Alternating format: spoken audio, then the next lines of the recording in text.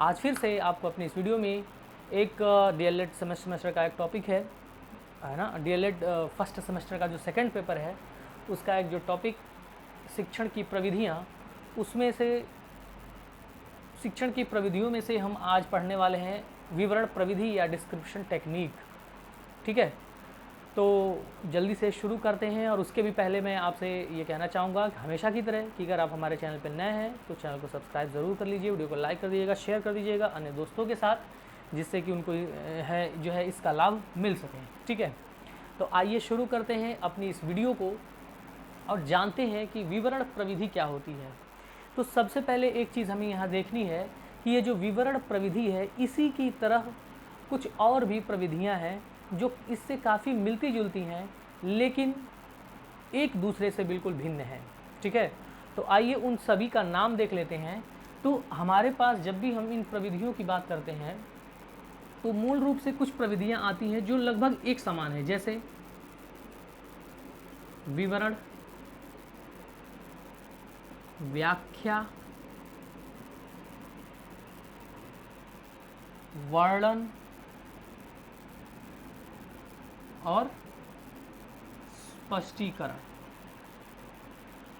ठीक है, ये चार प्रविधियां हैं जो ऐसा लगता है कि लगभग एक समान है। ठीक है ना, परंतु अगर हम देखें तो इन चारों में थोड़ी थोड़ी भिन्नता है। तो आज इन्हीं चारों विधियों में से जो सबसे पहली जो प्रविधि है विवरण प्रविधि, उसी की बात करेंगे। और इन प्रविधियों की चर्चा हम अगले आने वाले कुछ वीडियोज़ में जो है वो करेंगे। ठीक है, क्योंकि अगर इन सभी का चर्चा एक ही वीडियो में कर दिया जाए तो वीडियो काफ़ी लंबी हो जाएगी। ठीक है ना, तो हम इन सभी चारों प्रविधियों को अलग अलग वीडियोज़ में देखेंगे और फिर एक वीडियो में हम इन चारों की तुलना एक साथ करके एक साथ समझने का प्रयास करेंगे। ठीक है, तो आइए शुरू करते हैं हम यहाँ पर विवरण प्रविधि के बारे में कि विवरण प्रविधि क्या है और यह किस प्रकार से कक्षा में विद्यार्थियों के सामने इसका उपयोग किया जा सकता है। तो आइए समझते हैं इस टॉपिक को। तो देखिए, विवरण प्रविधि, इस वीडियो में हम बेसिकली क्या क्या समझेंगे। इस वीडियो में विवरण प्रविधि के बारे में हम अर्थ को समझेंगे, उसकी विशेषताओं को समझेंगे, उसके बाद उपयोगिता, साथ ही साथ सबसे प्रमुख जो चीज़ है इस वीडियो में, हम विवरण प्रविधि पर आधारित कुछ विषयों के उदाहरणों को जरूर समझेंगे यहाँ पर। और अंत में हम ये समझेंगे कि ध्यान देने योग्य बातें क्या क्या हैं जब भी हम विवरण प्रविधि का इस्तेमाल करेंगे अपनी कक्षा में। तो ठीक है, तो आइए शुरू करते हैं। सबसे पहले अर्थ की बात करते हैं। विवरण प्रविधि का अर्थ क्या है? तो सबसे पहली चीज़ कि विवरण देना, जिसको आप अंग्रेजी में डिस्क्रिप्शन कहते हैं। विवरण का मतलब होता है जब भी हम कक्षा में शिक्षण के समय किसी भी टॉपिक के बारे में सतही जानकारी देते हैं, यानी कि ऐसी जानकारी जो प्रत्यक्ष हो, जिसके बारे में सभी जानते हों। ठीक है ना, ऐसी प्रत्यक्ष जानकारी जब भी हम विद्यार्थियों को देते हैं तो उसे ही कहा जाता है विवरण। अर्थात विवरण का तात्पर्य यही हुआ कि जब भी सतही जानकारी दी जाए, केवल और केवल तथ्यात्मक जानकारी दी जाए, ऐसा कहें तथ्य, है ना, जब भी हम तथ्य की जानकारी दें, है ना, सतही जानकारी दें, ठीक है, तो इसे हम कहेंगे विवरण देना। अब विवरण प्रविधि क्या है? तो जब भी हम अपने कक्षा शिक्षण के दौरान किसी वस्तु, व्यक्ति, स्थान अथवा तथ्य के बारे में विद्यार्थियों को सिर्फ जानकारी देते हैं, केवल और केवल जानकारी देते हैं, तो उसी जानकारी को हम, इसी तरीके को हम कहेंगे विवरण प्रविधि। ठीक है, इसको विवरण प्रविधि कहा जाएगा। इसमें जब भी हम विवरण प्रविधि के द्वारा विद्यार्थियों को समझाते हैं तो हम सिर्फ टॉपिक के बारे में सिर्फ जानकारी देते हैं, तथ्यों की जानकारी देते हैं, हम उसमें किस विश्लेषण का प्रयोग नहीं करते, हम उस टॉपिक का कोई भी एनालिसिस नहीं करते, सिर्फ और सिर्फ तथ्यों, वस्तु, व्यक्ति, स्थान के बारे में जानकारी हम विद्यार्थियों को दे देते हैं। ठीक है, बात समझ में आ गया? जैसे हम विद्यार्थियों को जब भी ताजमहल के बारे में बता रहे हैं, ठीक है, ताजमहल के बारे में हम पढ़ाने का प्रयास कर रहे हैं, तो हम बताएंगे कि ताजमहल आगरा में स्थित है, यह सफ़ेद संगमरमर से बना है, ठीक है। इसका निर्माण 1631 के में हुआ था। इसका निर्माण जो है शाहजहां ने करवाया, ठीक है। तो ये जो जानकारियां हैं ये तथ्यात्मक जानकारियां हैं, और इन तथ्यों को जब हम विद्यार्थियों के सामने प्रस्तुत करते हैं तो विद्यार्थी इन सिर्फ सतही जानकारी को वो जानते हैं, है ना, उसके गहराई में नहीं जानते कि ताजमहल को बनाने का उद्देश्य क्या था, ताजमहल किसका प्रतीक है, किस प्रकार से वो भावनात्मक रूप से या सामाजिक रूप से किस प्रकार से जुड़ा हुआ। ये सब चीज़ें हम विश्लेषण करके नहीं बताते हैं, हम सिर्फ और सिर्फ तथ्यों की जानकारी दे देते हैं, ठीक है। तो जब तथ्यों की जानकारी देंगे उसे ही कहा जाएगा विवरण। आशा है आपको ये बात समझ में आ गई होगी, ठीक है, ठीक है ना। अर्थात हम ये कह सकते हैं कि विवरण में किसी भी भावना, किसी भी दृष्टिकोण अथवा विश्लेषण का कोई स्थान नहीं होता है, सिर्फ और सिर्फ मात्र तथ्यों की जानकारी होती है, और ऐसे तथ्य जो प्रत्यक्ष हों, है ना। प्रत्यक्ष का तात्पर्य जिसे सभी व्यक्ति जानते हों। बात समझ में आ गया, वो सामने जिसे हम एक पहली नज़र में प्रत्यक्ष रूप से देखकर समझ जाएं, ऐसी जानकारी हम विद्यार्थियों को देते हैं। तब हम कहेंगे कि हम विवरण प्रविधि का इस्तेमाल कर रहे हैं या डिस्क्रिप्शन टेक्निक का इस्तेमाल कर रहे हैं। एक चीज़ आपको जानने की ज़रूरत है कि जो डिस्क्रिप्शन टेक्निक, जो विवरण प्रविधि है, यह अज्ञात से ज्ञात की ओर पर, अज्ञात से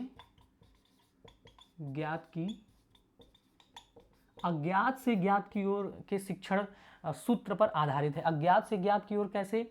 तो जो भी हम तथ्यों की जानकारी विवरण के अंतर्गत विद्यार्थियों को देते हैं, वह जानकारी विद्यार्थियों के लिए अज्ञात ही होती है। तो हम अज्ञात जानकारी से प्रारंभ करके धीरे धीरे हम अपने मूल विषय पर या मुख्य टॉपिक जो हमारा है उस पर पहुंचते हैं। तो जो विवरण प्रविधि है वो अज्ञात से ज्ञात की ओर के शिक्षण सूत्र पर जो है वो आधारित होती है। आशा है बात समझ में आई होगी। तो यदि इतनी चीज़ें आपको समझ में आई हैं तो आइए अब हम समझते हैं कि इस विवरण प्रविधि की विशेषताएं क्या क्या हैं, ठीक है। तो विशेषताओं को आइए समझ लेते हैं। तो अभी जो मैंने एक्सप्लेनेशन आपको यहाँ पर दिया है, उस एक्सप्लेनेशन के आधार पर यदि विशेषताओं की बात की जाएगी तो सबसे पहली विशेषता यही होगी कि ये जो है सिर्फ और सिर्फ सतही ज्ञान पर बल देता है ना, सतही ज्ञान पर बल देता है, ठीक है। विद्यार्थियों को सिर्फ सतही ज्ञान या तथ्यात्मक जानकारी आप देते हैं। समझ में आ गई कि नहीं, है ना। सिर्फ और सिर्फ तथ्यात्मक ज्ञान विद्यार्थियों के सामने रखा जाता है। साथ ही साथ ये तटस्थ और वस्तुनिष्ठ होता है, ठीक है, वस्तुनिष्ठ और तटस्थ होता है, ठीक है। बात समझ में आ गया होगा मुझे ऐसा लग रहा है ना। और इसमें क्या है, अभी मैंने आपको बताया कि ये विश्लेषण रहित है, इसमें विश्लेषण की कोई जगह नहीं होती, सिर्फ और सिर्फ हम विद्यार्थियों को जानकारी देते हैं, ठीक है। चलिए, तो ये रही इसकी कुछ विशेषताएं। अब आप यदि इसका उदाहरण देखेंगे तो उदाहरण द्वारा आप और भी गहराई से विवरण प्रविधि को समझ पाएंगे। तो जैसे आइए कुछ उदाहरणों की चर्चा करते हैं जो कि भिन्न भिन्न विषयों के हो सकते हैं। जैसे मैंने अभी एक उदाहरण दिया ताजमहल का, ठीक है। तो आप ताजमहल के बारे में आप इतिहास में आप जो है शाहजहां के बारे में अगर पढ़ा रहे हैं, है ना, शाहजहां के बारे में पढ़ा रहे हैं और बीच में ही कहीं ताजमहल के बारे में चर्चा आ जाती है, शाहजहां के बारे में पढ़ाते वक्त आप जो है यदि उसके द्वारा बनाई गई इमारतों की चर्चा अगर आती है तो उसमें आप ताजमहल की चर्चा करते हैं, ठीक है। तो ताजमहल की चर्चा करते समय आप क्या करते हैं, ताजमहल के बारे में कुछ विद्यार्थियों को बता देते हैं। तो इससे क्या होगा, यदि हम किसी टॉपिक के अंदर आने वाले किसी प्रमुख बिंदु के बारे में हम विद्यार्थियों को तथ्यात्मक जब जानकारी देते हैं तो उस जानकारी के कारण विद्यार्थियों के ज्ञान में पहले तो वृद्धि होती है, और दूसरी चीज़ ये होती है कि विद्यार्थियों को वो टॉपिक जो है वो रोचक लगने लगता है, उन्हें अच्छा लगता है कि अरे इसमें ये भी चीज़ जो है छिपी हुई थी, है ना। यानी कुछ अतिरिक्त जानकारी उन्हें मिलती है जिससे विषय वस्तु में उनकी रोचकता बनी रहती है, ठीक है ना।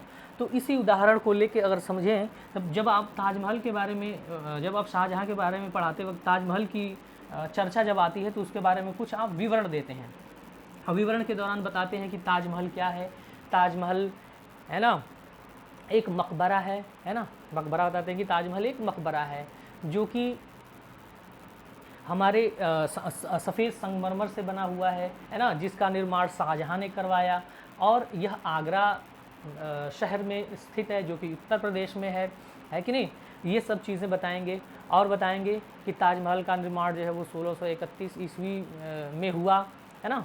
तो ये सब चीज़ें जब आप बताएंगे ताजमहल के बारे में, तो ये तथ्यात्मक जानकारी जो है वह कहलाएगी विवरण, और ये जो तरीका है पढ़ाने का वो है विवरण प्रविधि। इसके अलावा आप और भी विषय के संबंध में जानकारी विद्यार्थियों को दे सकते हैं। जैसे आप नदी के बारे में बताएं, यदि आप मान लीजिए नदियों की चर्चा कर रहे हैं, नदियों में आप भारत की सबसे प्रसिद्ध धार्मिक रूप से सबसे प्रसिद्ध जो नदी है गंगा नदी के बारे में आप बताएं, है ना। तो गंगा नदी की जब भी चर्चा आएगी तो आप कहेंगे गंगा नदी जो है भारत की सबसे पवित्र धार्मिक रूप से महत्वपूर्ण नदी है, आप उसके बारे में ये जानकारी देंगे। यह जो है गंगोत्री से, हिमालय के गंगोत्री से निकली हुई है और बंगाल की खाड़ी में जाकर गिरती है। इसकी लंबाई जो है, आप लंबाई के बारे में बता सकते हैं कि ये 2225 किलोमीटर लंबी है। समझ में आ रहा है। तो क्या ये हम तथ्यात्मक जानकारी विद्यार्थियों को दे रहे हैं। तो यही तथ्यात्मक जानकारी देने की जो विधि है, देकर जो पढ़ाने की प्रविधि है, इसे ही हम विवरण प्रविधि कहते हैं। एक आध और उदाहरण आप यहाँ पर ले सकते हैं। जैसे कुछ एक आध और उदाहरण हम लेते हैं, जैसे पानी के बारे में। विज्ञान विषय पढ़ा रहे हैं और विज्ञान विषय में आप जो है रसायन विज्ञान में आप पानी के बारे में या जल के बारे में आप पढ़ा रहे हैं, है ना। तो जल के बारे में आप बता सकते हैं कि जल एक जो है रंगहीन, गंधहीन और पारदर्शी द्रव है ना।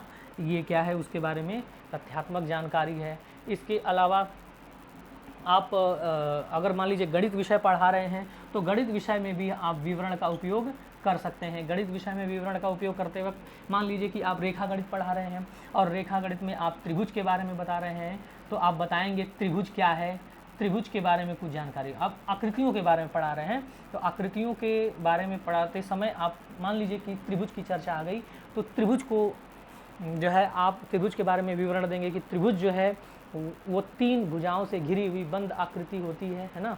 3 भुजाएं होती, त्रिभुज में 3 भुजाएं होती हैं। त्रिभुज के 3 अंतःकोण होते हैं, तीनों अंतःकोणों को जोड़ने पर 180 आता है ना। तो ये सब जो तथ्यात्मक जानकारी है गणित में, इस आकृति के संबंध में आप त्रिभुज हो, वर्ग हो, आयत हो, वृत्त हो, या फिर गणित की किसी भी शाखा से संबंधित कोई भी टॉपिक हो, उसके संबंध में जब भी आप तथ्यात्मक जानकारी देते हैं तो ये कहलाता है हमारा विवरण प्रविधि। ठीक है, समझ में बात आ गई होगी मुझे लग रहा है।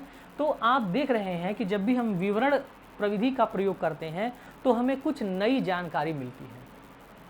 विषय वस्तु को पढ़ाते समय जब भी हम विवरण प्रविधि का इस्तेमाल करते हैं तो विद्यार्थियों को नई जानकारी मिलती है, ऐसी जानकारी जो विद्यार्थियों के लिए अज्ञात है ना। विद्यार्थियों के लिए क्या है, अज्ञात है। ठीक, अब अज्ञात जानकारी जब विद्यार्थियों को मिलती है तो इससे क्या होता है, तो इसकी उपयोगिता यहाँ पर बढ़ जाती है। बात समझ में आ गया।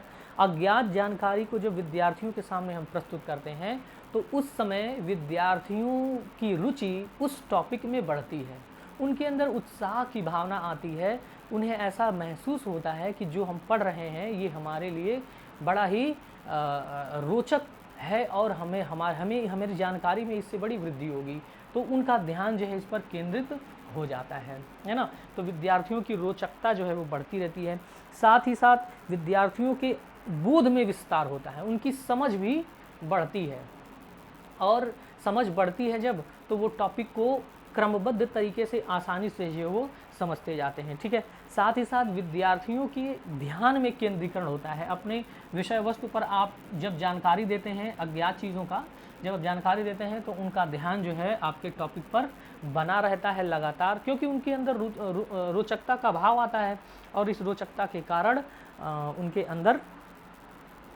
जो है आप कह सकते हैं कि उनका ध्यान आपके विषय वस्तु पर या आपके शिक्षण पर केंद्रित रहता है, और जैसे ध्यान केंद्रित रहेगा विद्यार्थी आसानी से उस टॉपिक को समझ जाएंगे। ठीक है, बात समझ में आ गया होगा। आशा है आपको ये चीज़ समझ में आई होगी इस वीडियो में जो भी मैंने आपको बताया। अब जब भी एक शिक्षक कक्षा के अंदर, ठीक है, इस विवरण प्रविधि का प्रयोग करेगा तो कुछ इससे उसको लाभ प्राप्त होंगे। तो देखिए जो मैंने अभी उपयोगिता इसकी बताई है वही उसके लाभ होंगे। ठीक है, सबसे पहली चीज़ ये है कि विद्यार्थियों के अनुभवों को मूर्त रूप दिया जा सकता है। विद्यार्थी जो अनुभव करते हैं उस अनुभवों को जब हम तथ्यात्मक जानकारी के द्वारा उस अनुभव को पुष्ट कर देते हैं तो विद्यार्थियों के अनुभव मूर्त रूप में प्रस्तुत हो जाते हैं और विद्यार्थी उसे प्रत्यक्ष रूप से समझना शुरू कर देते हैं। साथ ही साथ उनके बोध में विस्तार होता है और जैसा कि मैंने बताया कि तथ्यात्मक जानकारी उनकी बढ़ ही रही है, यानी कि उनके अंदर जो है तथ्यों का ज्ञान, नए नए तथ्यों का ज्ञान होता है, मानसिक क्षमताओं का विकास होगा, साथ ही साथ ध्यान का केंद्रीकरण होगा। तो ये उपयोगिता और इसके लाभ भी हैं। उदाहरण मैंने आपको दे दिया। अब बात करेंगे कक्षा के अंदर जब एक शिक्षक विवरण प्रविधि का इस्तेमाल कर रहा है तो उसे किन किन बातों का ध्यान रखना चाहिए। ठीक है, किन किन बातों का ध्यान रखना चाहिए। तो सबसे पहली चीज़ यही है कि अनावश्यक विवरण देने से बचना चाहिए, है ना। ऐसा विवरण न दिया जाए जो कि आपके विषय वस्तु के अंदर न आ रहा हो, है ना। ठीक, तो विवरण एक शिक्षक को उसी टॉपिक पर विवरण प्रविधि का इस्तेमाल करना चाहिए जो उसके विषय वस्तु के शिक्षण के अंदर आ रहा है। अनावश्यक और अनुचित विवरण से बचना चाहिए। साथ ही साथ विवरण के समय जो भी शब्दावली का इस्तेमाल किया जा रहा है, जो भी बातें कही जा रही हैं वो सरल सुस्पष्ट भाषा में हो जिसको विद्यार्थी सुनकर आसानी से समझ लें। ठीक है, इसके अलावा यदि शिक्षक विवरण देने के दौरान कुछ चित्र, मॉडल या किसी अन्य शिक्षण अधिगम सामग्रियों का प्रयोग करना चाहे तो यह और भी अच्छी बात होती है। ठीक है, तो विवरण के दौरान चित्र, मॉडल, ग्लोब या फिर अन्य कोई शिक्षण सामग्री की अगर ज़रूरत पड़ रही है तो उसे भी एक शिक्षक को इस्तेमाल कर लेना चाहिए। ठीक है, विवरण बहुत लंबा नहीं होना चाहिए, छोटे छोटे वाक्यों में होना चाहिए और विवरण को बहुत लंबा नहीं करना चाहिए। क्यों? क्योंकि वो विषय वस्तु के शिक्षण के अंदर किसी अन्य छोटे टॉपिक पर तथ्यात्मक जानकारी है ना। हमारा टॉपिक जिसको हम पढ़ा रहे थे वो तो अलग है, उसके अंदर कोई छोटा सा टॉपिक आ रहा है, उसका विवरण हम दे रहे हैं। इसलिए उस सब टॉपिक को हमें बहुत पर जो विवरण जो हम दे रहे हैं वो बहुत बड़ा नहीं होना चाहिए, छोटा होना चाहिए। ठीक है, साथ ही साथ विद्यार्थियों के ज्ञान स्तर के अनुकूल होना चाहिए, है ना। विवरण हम ऐसा दें जो विद्यार्थियों के मानसिक स्तर के अनुसार हो, ज्ञानात्मक स्तर के अनुसार हो। अब ऐसा नहीं है कि विद्यार्थी कक्षा 5 में पढ़ रहा है और आप ऐसा विवरण दे रहे हैं जो हायर ग्रेजुएशन या जो है इंटरमीडिएट लेवल का है, ऐसा नहीं देना चाहिए, है ना। तो विद्यार्थियों के ज्ञानात्मक स्तर और उनके आयु के अनुसार विवरण जो है वो देना चाहिए। ठीक है, बात समझ में आ गया। और विवरण देने के बाद विद्यार्थियों से 1-2 प्रश्न अवश्य पूछ लेना चाहिए। ठीक है, जिससे हमें ये ज्ञात हो जाएगा कि जिस चीज़ का विवरण हमने विद्यार्थियों को दिया है उसे विद्यार्थी किस सीमा तक समझ गए हैं और किस सीमा तक उन्होंने अपने स्मृतियों में धारण कर लिया है, किस सीमा तक उन्होंने अवबोध कर लिया। ठीक है, तो प्रत्येक विवरण के बाद कुछ प्रश्नों को अवश्य पूछ लेना चाहिए। ठीक है, तो आज हमने इस वीडियो में विवरण प्रविधि के सभी पक्षों को यहाँ पर समझ लिया है। आपके सिलेबस के लिए इतना काफ़ी है और आपके कंपटीशन एग्ज़ाम के लिए भी ये काफ़ी इम्पॉर्टेंट है। जैसे सीटेट और अन्य अदर स्टेट में जो टेट परीक्षाएं होती हैं या फिर कंपटीशन एग्ज़ाम्स जो भी होते हैं, उन सभी टीचिंग के कंपटीशन एग्ज़ाम्स में ये टॉपिक काफ़ी इम्पॉर्टेंट आपके लिए होगा। ठीक है, तो अगर आप वीडियो को पूरा आपने देखा है, आपका बहुत बहुत धन्यवाद और आपको निश्चित ही इससे बेनिफिट मिलेगा। ठीक है, तो एक शिक्षक को कक्षा में विवरण प्रविधि का इस्तेमाल करना आना चाहिए जिससे कि वह अपने विषय को और भी रोचक, बोधगम्य और ज्ञान युक्त बना सकता है।